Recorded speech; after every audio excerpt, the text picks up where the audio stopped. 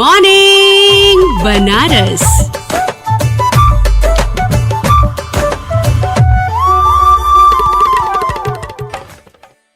Hello, नमस्कार, सुप्रभात। आप सुन रहे हैं आपकी वाणी आकाशवाणी पर मॉर्निंग का number 1 programme good morning Banaras. मैं हूं आपकी दोस्त माला। तो बनारस, कैसे हैं आप? आशा है स्वस्थ होंगे और मजे से होंगे। बनारस जिंदगी तेजी से बदल रही है, उसके साथ ही बदल रहे हैं हम। इस भागती दौड़ती जिंदगी में हम अपने सेहत पर ध्यान ही नहीं दे पाते हैं। सफलता पाने के लिए स्वस्थ शरीर का होना बहुत जरूरी है। जिंदगी में हम कितने भी ऊंचाई पर पहुंच जाए, कितने ही बड़े पोस्ट पर चले जाएं, यदि हम अपने स्वास्थ्य पर ध्यान नहीं देंगे तो इस सफलता का कोई मायने नहीं रह जाता। हमारा सारा पैसा, हमारा सारा समय हमारी बीमारियों पर खर्च हो जाएगा। बनारस, स्वस्थ होना हमारे लिए सबसे बड़ा उपहार है। स्वास्थ्य ही हमारी सबसे बड़ी संपत्ति है।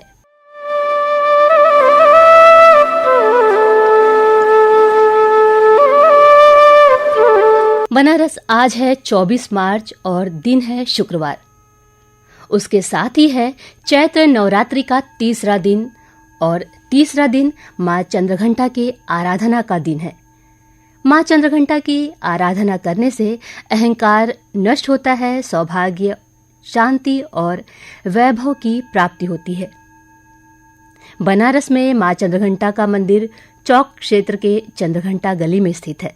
बनारस, लोगों में मान्यता है कि जब किसी की मृत्यु होती है तो भगवती चंद्रघंटा उनके कंठ में विराजमान होती हैं और मोक्ष की प्राप्ति कराती हैं।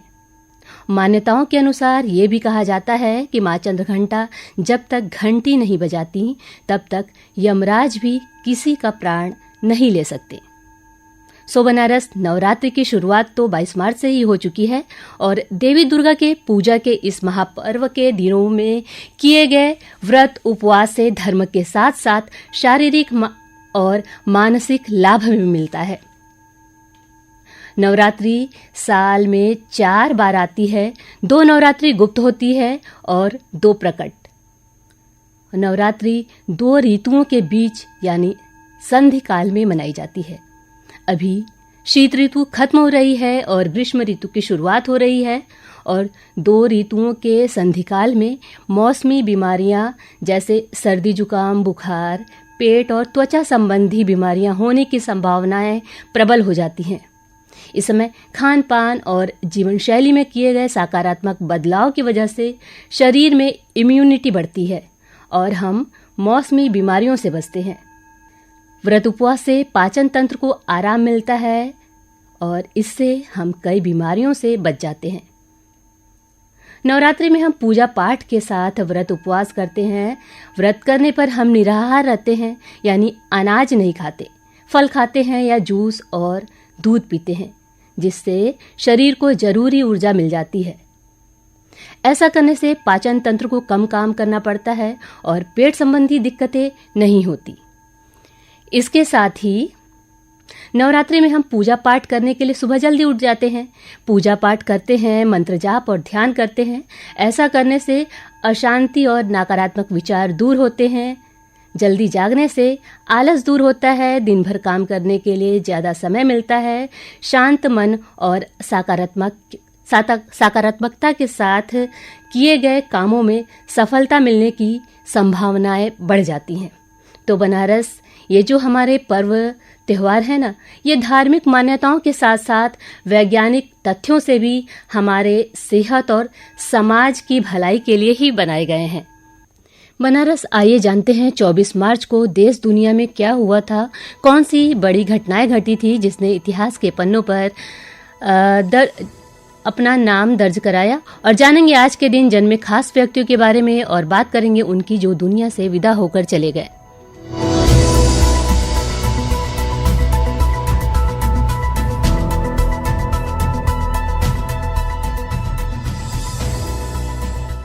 1831 में आज ही के दिन न्यूयॉर्क और शिकागो के बीच पहली बार फोन से बातचीत हुई थी। और 1855 में पहली बार लंबी दूरी का टेलीग्राफ संदेश कोलकाता यानी कलकत्ता से आगरा भेजा गया। अमेरिका में 1932 में पहली बार चलती ट्रेन से रेडियो का प्रसारण आज ही के दिन किया गया था। मोरारजी देसाई 1977 में भारत के चौथे प्रधानमंत्री बने थे और घातक संक्रामक बीमारी टीबी की पहचान आज ही के दिन 1882 में हुई थी। अब आइए जानते हैं आज जन्मे खास व्यक्तियों के बारे में। भारत के प्रसिद्ध साहित्यकार तथा राष्ट्रसेवी हरिभाऊ उपाध्याय का जन्म 1892 में आज ही के दिन हुआ था और अभिनेता इमरान हाशमी का जन्म भी आज ही के दिन 1979 में हुआ था। और इंग्लैंड की महारानी एलिजाबेथ प्रथम का निधन 1603 में आज ही के दिन हुआ था।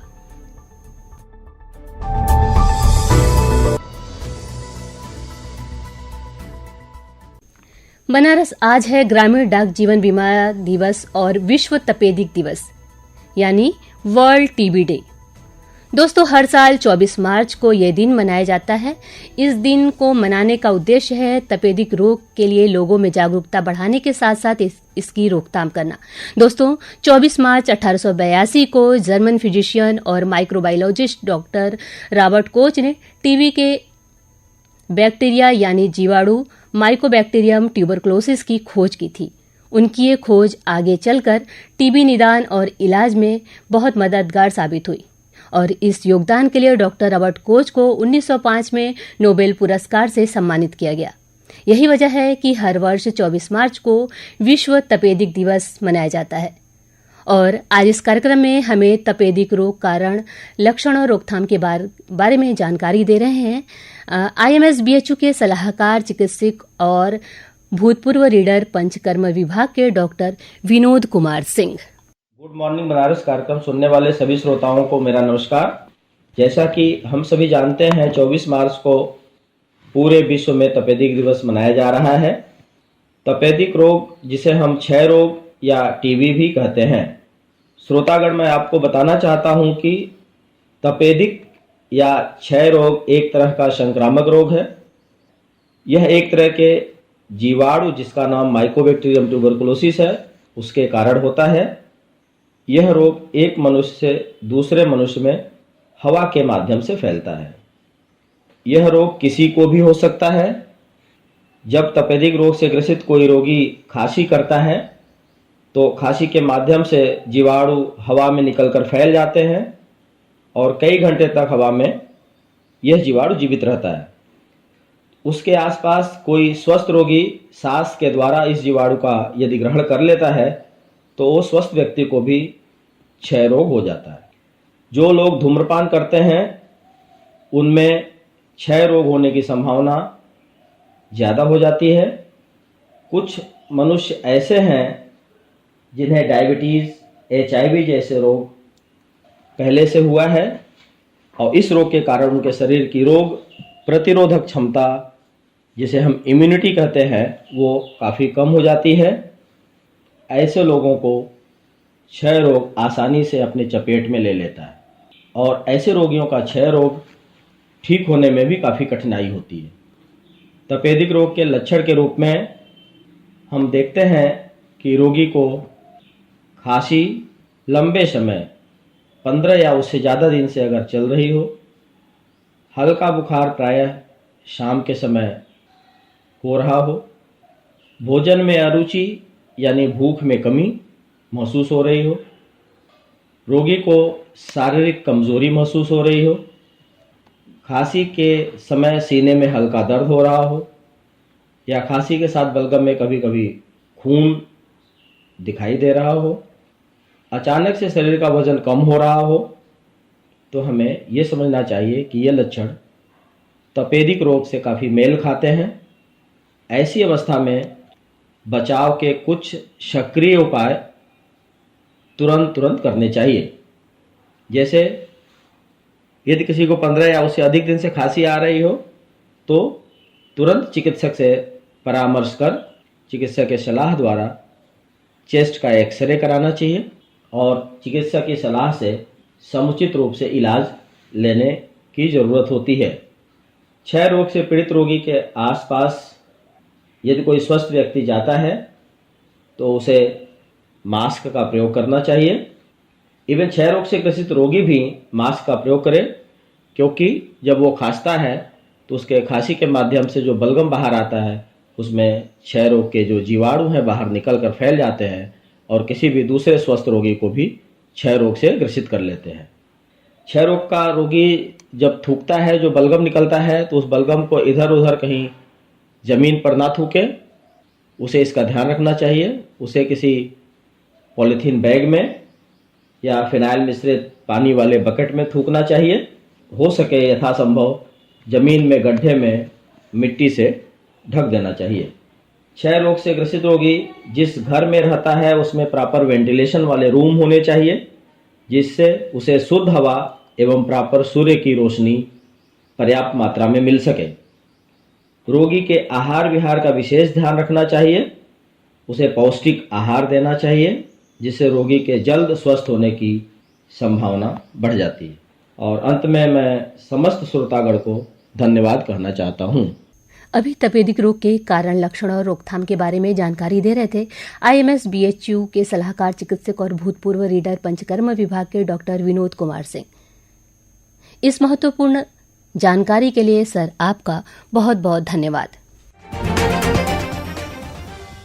तो बनारस आइए जानते हैं दोस्त देश, दुनिया और शहर बनारस की खास बातें।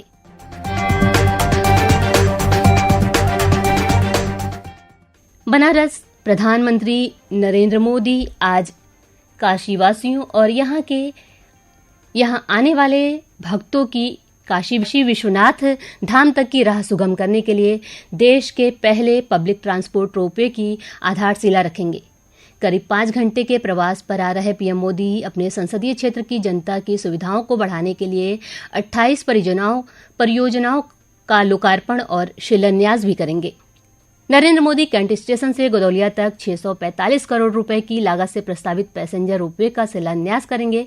इससे पर्यटकों व तीर्थयात्रियों के आवागमन में आसानी होगी। नमामि गंगे योजना के तहत 5.5 करोड़ की लागत से भगवानपुर में बनने वाले MLD सीवेज ट्रीटमेंट प्लांट और खेलो इंडिया के तहत सिगरा स्टेडियम में 350 करोड़ रुपए की लागत से प्रस्तावित फेज 2 और फेज 3 के कार्यों का शिलान्यास करेंगे। और रोजगार के नए अवसरों के लिए हमारे सांसद प्रधानमंत्री Narendra Modi Hindustan petroleum corporation limited के सेवापुरी के इसरवर गांव में प्रस्तावित LPG बॉटलिंग प्लांट की आधारशिला भी रखेंगे। इसके साथ ही प्रधानमंत्री पूर्वी उत्तर प्रदेश के किसानों को नया integrated pack house for food and vegetable export की सौगात देंगे। पूर्वांचल में ये पहला इंटीग्रेटेड पैक हाउस होगा और राज्य में तीसरा। इसका उपयोग सब्जियों और फलों के भंडारण और पैकेजिंग के लिए और क्षेत्र से कृषि निर्यात को बढ़ावा देने के लिए किया जाएगा। साथ ही अब इसकी मदद से विदेश के कई देशों जैसे जापान, ऑस्ट्रेलिया, कोरिया व यूरोप में बनारसी लंगड़ा आम, फूलगोभी, हरी मिर्च और टमाटर की आपूर्ति बढ़ाने में मदद मिलेगी। इससे बिना किसी बिचौलियों के किसानों के लिए निर्यात करना आसान हो जाएगा। और बनारस ट्रैफिक की बात करें तो आज शहर बनारस में सुबह 9 बजे से लेकर दोपहर 3 बजे तक VVIP के आगमन और प्रस्थान के समय से 30 मिनट पूर्व से रूट डायवर्जन लागू रहेगा। Police line, Babatpur, Haroa, Sigra, Maldahiya cantt, Lahurabir चौराहे आदि शहर के मुख्य मार्ग पर यह रूट डायवर्जन लागू होगा। तो बनारस आज ट्रैफिक भी ज्यादा रहने वाला है, तो जब जरूरी हो तभी घर से बाहर निकले या सुबह 8:30 से पूर्व और 3 बजे के बाद ही घर से निकले। तो बनारस गुड मॉर्निंग बनारस का सफ़र आज का बस यहीं तक। दीजिए अपनी दोस्त माला को इजाज़त। नमस्कार।